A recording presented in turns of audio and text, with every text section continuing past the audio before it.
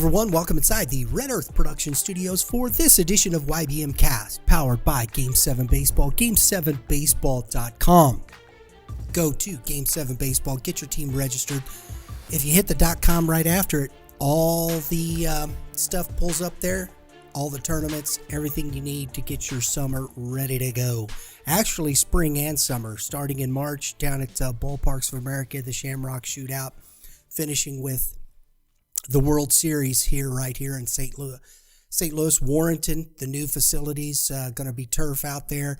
Great stuff happening. We got our first leg of the winter workout tour done. We're moving along here. A lot of fun. Game7baseball.com. Today, we have a player spotlight, and joining us on the Prime Sports Midwest call-in link is JP Sauer from Jackson High School. JP, thanks for joining us, buddy. Thank you for having me. It's my pleasure. I haven't got to see you pitch. I've heard a lot about you. We did the game at CBC last year, and Bogenpole was on the mound. So I haven't got to see you pitch yet. So that's one of the things that. But we love to have you on the show, talk a little baseball here. Absolutely. Last year, that CBC game, even though I was not pitching, that is one of the best games I've seen. Just like the talent that was on the field, it was awesome. It really was. It was a heck of a good baseball game, and you're right, talent wise, and the scouts in the stands. There was a kind of it was a big time feel, wasn't it? Yes. Yeah. It was. You could tell. Obviously, CBC had a couple of their guys that were. The scouts were there for, and then we had Bogenpole. It's just like it wasn't high school baseball being played. Like it was very high level. Absolutely. Let's get into some talk here. We always like to start with your youth baseball experience, and Jackson. Tell people where, if they don't know where Jackson is. Most people know, but where you guys are kind of between, South County and Cape Girardeau, correct? We are right by Cape Girardeau. Right, it's a 8-minute drive. It's basically right between St. Louis and Memphis. It's an hour and a half to downtown St. Louis. So okay. not too far, but it would be nice to be a little closer. Now, when you started playing, when did you start playing baseball? How old were you? I was probably 5, 6. But on the rec teams, I was usually the 10 hole, and I would be on the bench the first 3-4 innings. So my dad was like, I'm too competitive for this, and my kid's gonna be too competitive for this. So we're gonna start a team, see if they can learn baseball the right way, and if he likes it, we'll keep playing. If not, then we'll find something else. But so that's when we started the tribe, and we had a tryout our 6U year, but then 7U was the first year of tribe. It was us and then the team above us that had all the big players from our senior class last year, so they all grew up to the tribe program. And so we had 2 teams that first year. Within 3 or 4 years, we had 14, 15 teams, 7U through 14U. So that was fun to see. So this area back here is basically production. They do a lot of the artwork back here. They do the production. So any of that stuff that comes in off of, we'll say, our fanware stores, stuff that comes in off the team stores, a lot of the coaches wear, a lot of the last minute, hey, we got to have it in the next 10 minutes stuff. That's all comes back here. This area is where all the day-to-day stuff that comes in really goes through. The retail store is its own little entity. This is where the real work is done.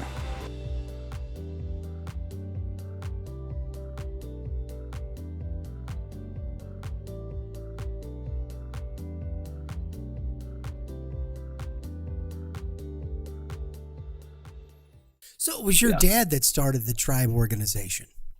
Yes, him and a group of people. They would come to the house and discuss what they dreamed of like, because we really didn't have a travel team around here. As Right. you played rec ball, you played high school ball and you played Legion. Right. And we had to do things a little differently, of course. So Now the Legion team around there is pretty good, though, isn't it?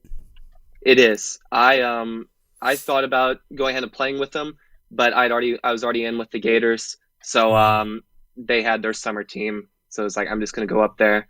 But yeah, it's good, especially for the kids that don't have the opportunity to go up to St. Louis. It's like they have a team here. They'll still learn the right things. And I mean, playing Legion is about just getting more reps, getting more games, and so you can come out next year in the spring ball and look improved. There you go. I love it. Yeah, because Jackson finished third in the state championships this past season Yes. in Missouri. So that's because I was there. I actually called the games. They were being live streamed, and I actually called the games there in Sedalia for the state championships. They had a good squad. Okay. There's a lot of guys from your team. There was about 5 or 6 guys from your third place team last year that were on that team, and it was a good baseball team. Garrison Brown was on that team. And I think he's back this year as well, correct? Yes, he'll have the opportunity to fight for a spot, and he's working harder this year, and I like what I see. So hopefully he can show out this spring. Absolutely. Talk about your dad, playing for your dad a little bit there. I know I squirreled off there, didn't I? Talk about playing for your dad a little bit. What was that like? And you know, everybody has different experiences with that, correct?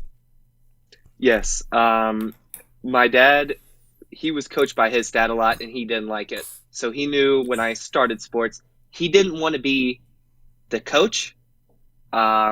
So for the start of our tribe team, of course, we're 7 years old. Dad didn't want to coach, so he was going to find somebody, and it has to be someone real good because 7-year-olds, I mean, it's important baseball, right? Whatever. But there's a older guy that my dad was a dentist, so he was in his office, and they started to talk baseball. Come to find out, he coached at Potosi and won 2 state titles there, and had just gotten inducted into the Missouri High School Hall of Fame. So that was sounds like a perfect candidate. I mean, state champion high school team, 7U baseball, it's the same thing. So he came out the first day, first practice we'd ever had, and he went up. The coach went up to our dad. His name was Dennis Lawson. Came up to dad and he's like, "These kids don't even know how to throw and catch. What am I supposed to do? I've never been a part of this." And dad was like, "You have to teach them. This can be something fun for you." But yeah, it was awesome. So technically my dad didn't coach me, but on the car ride home, he had a lot of stuff I could work on. So all the way throughout. Yeah, so. I understand that. That's a great story. I love that because you got a high school coach who's used to getting kids that already could throw and catch, and now he's got, what do I do with these kids? I love that. Mm-hmm. So what was that? Was that something you thought about or you knew at the time, or is that something you found out later? Well, we knew when we were 7, he was just a grumpy old man to us. But as we got older, it was like, this guy knows a lot of baseball. When we go out and the first year of practices, we didn't have BP with the coaches throwing to us. It was hit off the tee, throw and catch. That is it, because we just have to learn the basics. And we'd go out to the games, and of course we're wondering, well, we haven't seen a pitching machine or anything. Well, just learning the basics, we beat everyone the first couple of years. But he coached us from 7U to 11U, and then he passed away. Yes, and but just the basics we learned, and it's kind of just the competitive spirit we had was from him. That's awesome, man. I love that. Mm-hmm. Your experience, what'd you take from that, and how's that helped you in later in your baseball career? Just little stuff like knowing the the rules of baseball or just the simple things that I learned from a young age was just we constantly went over. It's like it never went away. So and yeah, just being disciplined. Yeah. And I don't show a lot of emotion when I'm on the field, and I think it comes from back then where we were kind of taught that it's not a bad thing, but do your business, get in the dugout. So You played for with the Tribe. You said to me played with the Tribe till you were 14. 13 was my last year, and then 14 was my first year with the Gators. And so, what made that transition, and why'd you make that transition? I like the Tribe experience was awesome for me, but it got to a point where it was such a routine. We would go to Ellisville, we would go to South Haven, wherever. It was the same tournaments every year. We'd beat the teams we're supposed to. We'd lose to the teams we were supposed to. Like it became like you knew exactly what was going to happen. And I wasn't a great baseball player at that point, but I was playing two other sports, and baseball was my third favorite. So my dad knew that it was not time for me to hang up baseball if I didn't like being on the Tribe. So whenever I told him I wasn't enjoying it, he was like, I got an idea. Let's just go to St. Louis and play on a more competitive team, which didn't make sense to me at that time. But that was a great decision. So, So when I want to explore this because it's interesting. So what were the other two sports you were playing? I played football and wrestling. Yeah, wrestling. And you like those two sports better. What was better about that? I think number one, the seasons were shorter.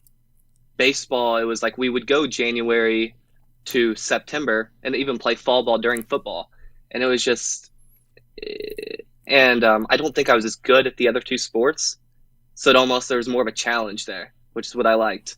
Not that I enjoyed wrestling, but it was at a point that I wasn't a big fan of baseball. So, but yeah, the seasons were short. It's whenever I get burnt out of one sport, like for playing it too long, it's like the next sport was already up. So it's like I was always busy. I was always usually loving the sport I was in, and it made my childhood fun. Yeah, so that's interesting. I love that. So you moved to another team. You're 14U. What was your thought process going toward high school? Football, wrestling, baseball. Were you looking to be a 3-sport athlete? Until high school, I thought I was going to be a 3-sport athlete. Then I realized that's not if I want to be really good, like there needs to be a little bit of a specialized intent in one of the sports, which I didn't know was baseball until I was probably 16. But yeah, I was just like, keep the options open, so you never know which one I'll thrive in. But freshman year, I wrestled my freshman year, and then I cut that out.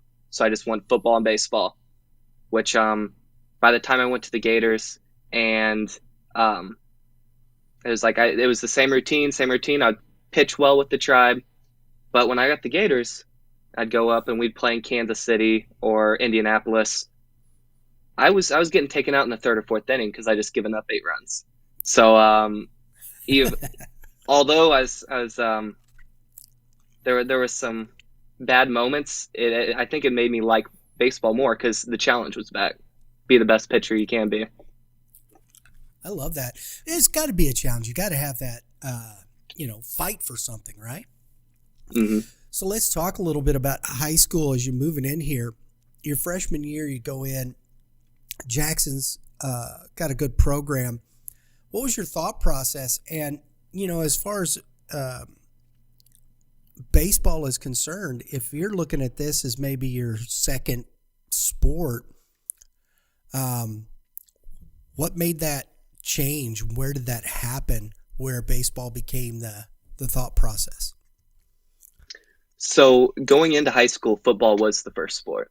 I was a quarterback, and then I moved over to tight end, but it was still going to be football because Jackson football It's just like the stadium we have, the Friday nights. It's a great experience. But yeah, like baseball's definitely been behind. It was behind. And I didn't play high school baseball my freshman year. I tore my meniscus. And yeah. And so I don't think I was never around the varsity team. I hung out with the freshman team and my friends, but I really didn't know the coaches very well. I like to say I would have been a varsity guy as a freshman. I don't know. But it gave me one more year to kind of mature and just look stronger when sophomore year came around. So that was basically the first time I'd been around the varsity coaches. First time I played high school baseball was spring of my sophomore year. So, wow. Mm-hmm.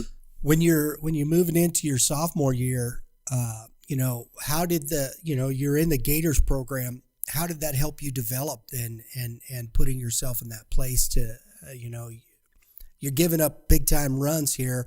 Where did that transition and where'd you find yourself when you're heading into that sophomore year? One of my main problems with the Gators is I wasn't able to throw a lot of strikes. Like I was wild and it wasn't a good type of wild. So that was the battle I faced for a year and a half. And so going into sophomore year, it was, okay, I've kind of learned my control a little better. Just throw strikes, have 3 pitches. I mean, I don't know how good these varsity hitters are, but it's like fastballs at 90 already. So I was hopeful. I didn't know if I was going to be a starter on our team or not. Mm-hmm. And I wasn't a starter until the very first weekend when we had one kid that was going to throw against Willard, who had won state the year before. Then he couldn't throw against them or something, so they bumped me in the day before to start the first game of the year. Wow. And so yeah, it was it went off from there. So sometimes it's just a chance, isn't it? exactly. Yeah. Mm-hmm. I think it's interesting, when people talk about pitching, it's difficult. You're talking throwing 88 to 90 miles an hour and being consistent with a delivery. That's not easy to be consistent. Finding, we talk about, people hear the term fastball command and things like that. Where did you find that consistency? Where was it? Who helped you in your mechanics to really help bring that to bear? Well, first, whenever I was young, it was like my dad was a pitcher, so I was going to be a pitcher. So I was at Balls and Strikes. We have one down here in Cape. And Todd Pennington, he worked with me since I was young. Just learning, I learned just my mechanics and just how to throw a baseball from a young age, which helped. So it's more natural now. Now I don't go through the windup. Something that it was Balls and Strikes and P3. It was like they both had me where the windup's not as important because if you have a guy on base, you can't use the windup. So I got so used to being in the stretch that even with nobody on, I'm still in the stretch. I keep the exact same mechanics so that when I get tired, it's like it's only simple motions, and it's easier to repeat when it is on pitch 90, but we're trying to close out the last 2 outs of the game. Very good. Makes sense to me. I think it's interesting. Whatever works, right? I think we get caught in these situations where we have to do it like everybody else, right? Mm-hmm. Yes. And it doesn't. Go ahead. Yeah, and I've seen a couple kids do it, but a lot of kids get in the windup. They want to get that extra 2 mile an hour, try and hit the 91 or 92, and I don't know. I think I've always had kind of the velocity hasn't been super great, but it's been good enough to get the attention. And so it's like, I'm just going to go, I want to get in and out of the inning as quick as I can. It's like, if I have 3 ground balls, I'll take that over a 15 pitch strike out the side. So. I'm with you there. I think I always believe you have to understand how to construct outs, and whether they're ground balls or a swing and miss, either way, you got to find what works for you and go out and execute on the mound, correct? Correct. It's just, I don't know. I haven't been, I used to be big about strikeouts, but the more I worry about strikeouts, the more walks I have. And it's like, I want to pitch all 7 innings. Like, I don't want anyone else to come in for me unless I need it. So it's, yeah, like the smile on my face is whenever I have a 6-pitch inning, especially against a good team. So yeah, it's just get outs however you can. Like, if you work fast enough, if you're throwing strikes, the defense is going to be ready, and you just have trust in them because they're going to make the play almost every time. So. Gotta love to keep the guys involved in the game, right? Mm-hmm. Absolutely. Talk a little bit about your high school experience as opposed to the summer ball. I always love this perspective. What is your biggest difference between summer ball and high school baseball? So 15U, 16U, that was recruiting time for me. Because I was able to hit 90 earlier than other kids. So I think of it as you're trying to wow in summer ball. This is solely from pitching.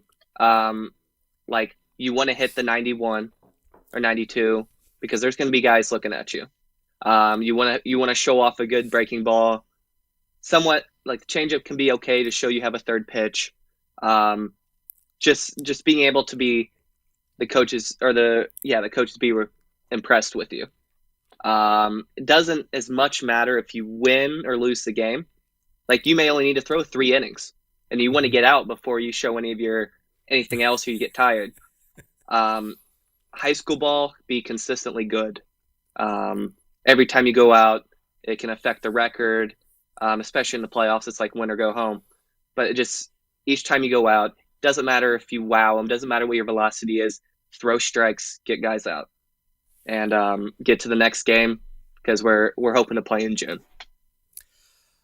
That's a fact, right? That's the goal. And you guys did that last year. You were third place last year. We saw you guys play up there. Now I want to talk a little bit here before we get into that. You told me before, I hope you don't mind me saying this but you put it in, you tore your ACL at the beginning of football this year. And so talk to us a little bit about that and where you're at in your process here, bud. Yeah. So at this past spring, junior spring, am I going to play football or not my senior year? Because it's like, I'm going to Tulane. Like, it may not be the smartest decision to play, but do I love football enough that I am going to stick it out and hope I don't get injured? So that's ended up what I did is I'm going to play football with all my friends. It's like, I'm in high school still. Like, if something happens, I'll be fine. Well, they tested me right away. The first practice, we came back. It was at the end of practice. I was running a route, no defense, non-contact. I turned and just felt the snap, and it was an ACL.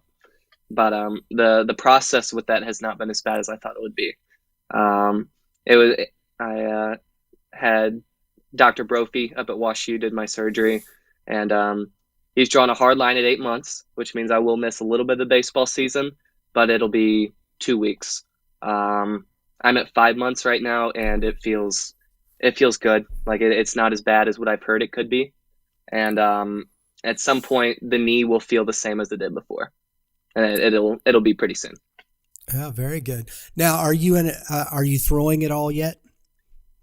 Yes, lightly. It's like I can go through my stretch, I can go through my motion, and it's fine. But I'm not testing it yet. I want to stay with the doctor's orders. Good man. Just because I think he knows best a lot more than I do. Yeah. Sometimes, it's easy to kind of get carried away in yourself, isn't it? You push a little bit and whatnot. Well, it's like you have to play. Like, you see everyone else out there. It's like, I need to be out there because there hadn't been a time where I went 2 months without playing a game. Right. And now I'm I'm at 8 months now. So yeah, it's just the competitive mode I have. It's tough. That's probably the toughest part about it. But it's like I know it's going to make me even more grateful for the last baseball season I have with Jackson. Absolutely. When do you go? You get You get checkups regularly and all that. Yeah, I think right now it's every 6 weeks I go up. Very So good. yeah, I went up a couple times and we're Well, figuring it out. we're hoping to see you on the mound again. We are planning to be down at your house for the Jackson CBC game at the end of the year. It'll be our last game of the season. So that's always a fun one. And we haven't been. And Kevin Mulder always tells me that's one of the best venues in baseball in the state. So why not? Mm-hmm. Yeah, especially like our town is awesome. They're behind our sports programs, like you see in Friday Night Lights, or like the small Texas towns around their football team, basketball, baseball. That is Jackson. So especially when we go play like a CBC, like last year's CBC game or a quarterfinal, it's just like, I mean, there are a lot of people there. You can't even count. So we're blessed to be here. That's awesome. I love that community, man. That's what it's about. Yes. Mm-hmm. Third place finish last year. You graduated some folks. Bogenpole's moved on. He's at Mo State now. How you guys looking for the season? What's your thoughts? So we will graduate our order besides Cooper Rhodes, who is our left fielder, all-state guy, and he'll be a junior this year. But everyone else has graduated. A lot of them are going on to play college baseball. But this year, it's new kids are going to get an opportunity. A lot of those kids last year were 3-year starters. So these kids haven't had a chance to show what they have. I think some kids have worked hard, and they will show it. It's like they'll come out, and we won't be missing a beat at that position. But then there's others that we won't know until the season starts. But we have enough. Like Carson McDaniel and I are starters from last year on the mound. We will figure it out. It's like our coaches are too good, and they saw the kids last year. They were in the dugout. They know what is expected. They just haven't played this type of talent yet. Right. Speaking of Coach Roach, we talked earlier. Actually, at this point, it's last year, and we were talking about some of these things. And when you're coming back into a situation like that, when you've graduated so many seniors, does it usually take a little bit to get started, and you're finding your way? And how, when you're taking this leadership role, you're a senior and you're going to be sidelined for a little bit. Where do you take that role, and how do you set yourself in that place? A lot of kids look up to me in there, and I want them to ask me questions. Like it's just going to be more for them to know, and maybe they'll give me some stuff that I don't know yet. But just making sure they understand that what the kids did last year, it's like there's a reason we were that good. Yeah. And a lot of them were talented, but they worked hard. They knew what was expected of them, and this year they don't know yet. Not saying that at some point they will, but just trying to keep them going on. Like there's never a moment where you're working too hard. Like you got to keep going, because you have to understand these teams that we're seeing in Ozark and in June, they're really good. So it's going to be high school baseball in Missouri is very good, and your guys' conference down there, it's you play some good competition. I know Coach Roach says you guys travel to play good competition. You beat a very good Nixa team in that third place game last year. And so this year, the challenge is to bring those younger guys to that level, isn't it? It is. Just knowing that we have a target on our back this year, because we either got revenge or we beat some teams that we haven't been used to beating. And I don't think they were used to us beating them as well. And they were very good teams. But yeah, it's just like they're going to expect us to be the exact same team. So we need to show up being that as team similar. So yeah, it's like a lot of teams, they'll be ready for us. There you go. That's all right. I love the challenges, right? Yes. Who are some guys? Who are some of these guys you're looking to that you think when you're seeing that step into some of these roles you're talking about? Like up the middle, we'll have Waylon Hale and Jaden Glency. They both play with the Athletics. I think Glency's on the top team. He's in Florida right now playing in the MLK tournament. Mm-hmm. I think that's Fort Myers, maybe. I'm not for sure. So. Yeah. But like Glency, he's seeing top-notch competition, and again, he's a kid that both of our middle infielders were 2-year starters, so it's like he never had that opportunity. So this year, it's he has to realize that he's not the underdog. He's the shortstop or second baseman, and he has the chance to be really good for us this year. We'll have a couple of the seniors like Owen Osborne, Garrison Brown, on the mound, or Caleb Nenninger. On the mound, we'll have Adrian Fox, who played quarterback for us on our football team this year. We'll have, of course, Carson, Aiden Shaver, who's a lefty. He's went to baseball only, and he looks like he's a better pitcher this year, and he'll throw some big innings for us. Behind the plate, we're having a competition. A lot of positions I really don't know until April. Yeah. So it's a little exciting because I don't know what to expect yet. That's cool. I'm looking forward to it. Let's talk a little bit about. You mentioned earlier you're headed to Tulane University. Talk about your recruiting process. How was that for you? Yeah, 16U summer, so in between sophomore and junior year, that's where a lot of the Division I's pick up their guys. And throughout the summer, I pitched okay. I pitched a lot of innings that spring, so I was starting to wear down a little bit.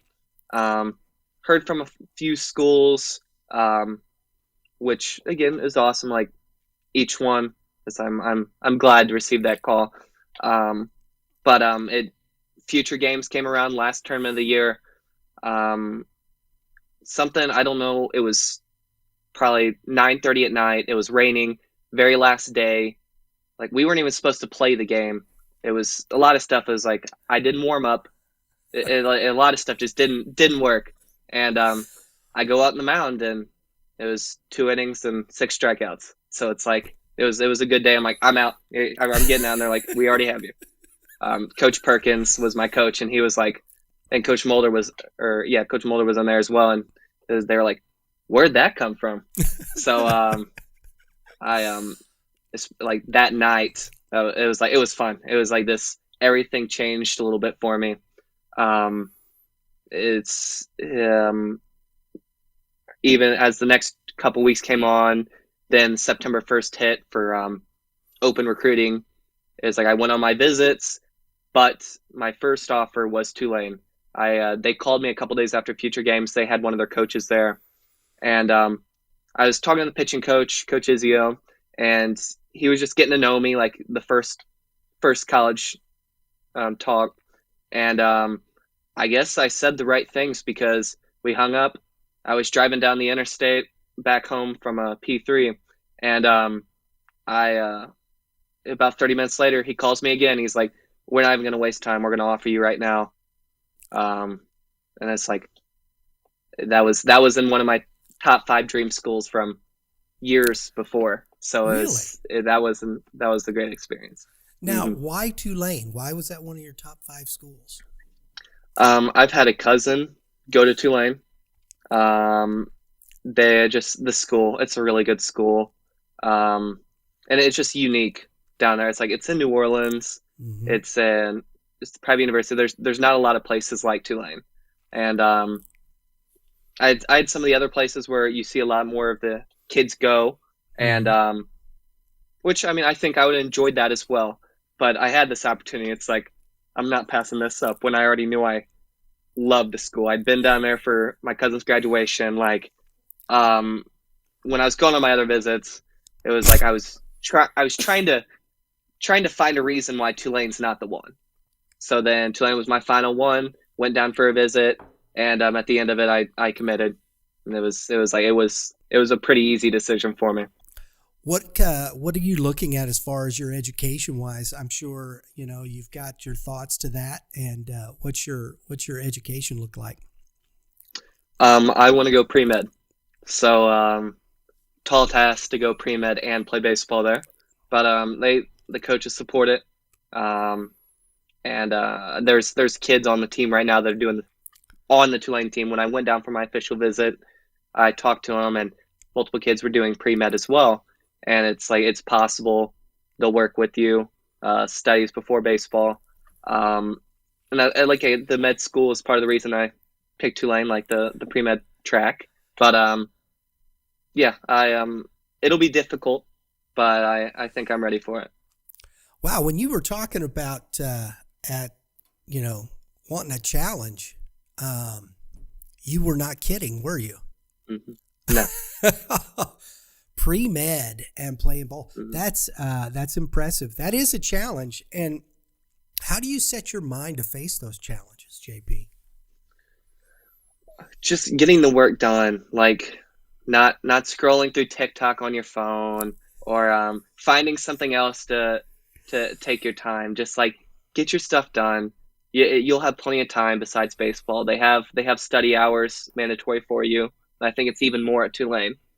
For the student athletes, but just like, make sure you have everything done before you go hang out with friends or whatever. It's like, it's possible if you let it be possible. So prioritize, right? Mm-hmm. Absolutely, I love that. That's impressive, young man. There's not a lot of people that have their stuff together like that. So let's talk a little bit as we finish up here. You've got the season coming up. You got Tulane in the future there. You're working through the rehab. What do you see for yourself this year? I want to help my team in the spring. Like, I remember how good it felt to be in Ozark. It was like, I want to be back there. I'll have a month. After that, I report down to Tulane July 1st for summer school. I'll have a month in between that I'll play some sort of summer baseball. And then, yeah, I'll go down there and see what I'm made of. I love it. I love it. Mm-hmm.